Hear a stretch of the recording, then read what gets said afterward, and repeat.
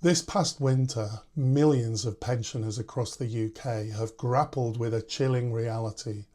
The cut in the Winter Fuel Allowance is effectively a flagship Labour Party policy. It's aimed at showing the city that the government is financially responsible, but it's left many pensioners struggling to stay warm this winter.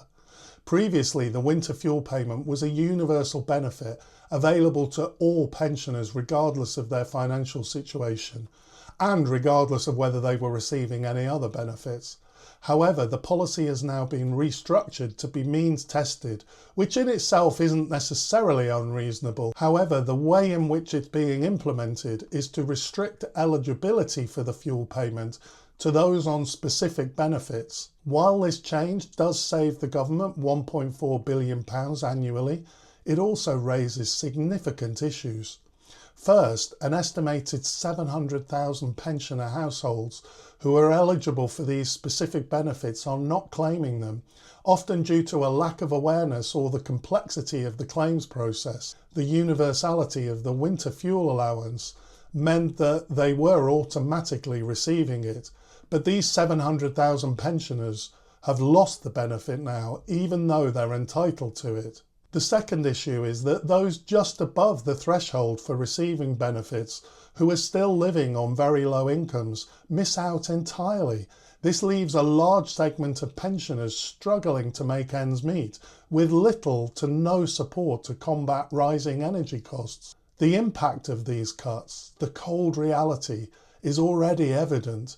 According to research from Age UK, over 9 million pensioners, that's 3 out of 4 pensioners, live in homes that are colder than their occupants would have liked this winter. Among pensioners with a household income of £20,000 or less, a staggering 35% report that their homes are too cold most or all of the time. These figures underscore the harsh reality that many elderly people are enduring, forced to choose between heating their homes and other essential expenses.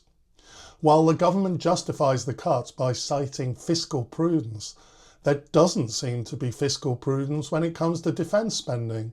For instance, Labour leader Keir Starmer has recently committed to increase UK defence spending from 2.3% to 2.5% of GDP and ultimately to 3% of GDP.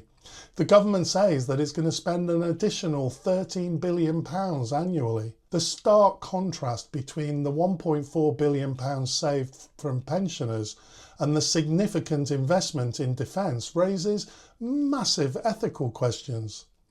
Now, I'm a pacifist, so I'm against all war, but I understand that many people believe that we should support global allies. Even if that is the case, is it justifiable to fund these commitments at the expense of domestic populations, particularly those who are most vulnerable? This situation serves as a grim reminder of the moral and ethical considerations that must guide policy making. The plight of pensioners shivering in their own homes is a stark indictment of a system that prioritises austerity over humanity. There's £15 trillion of wealth in this country, 7 times the size of the UK economy. There is enough money to ensure that everybody has not only heating, but also decent housing and enough food. We live in a society where such inequities are tolerated. There's a twisted acceptance that pensioners' suffering is unavoidable.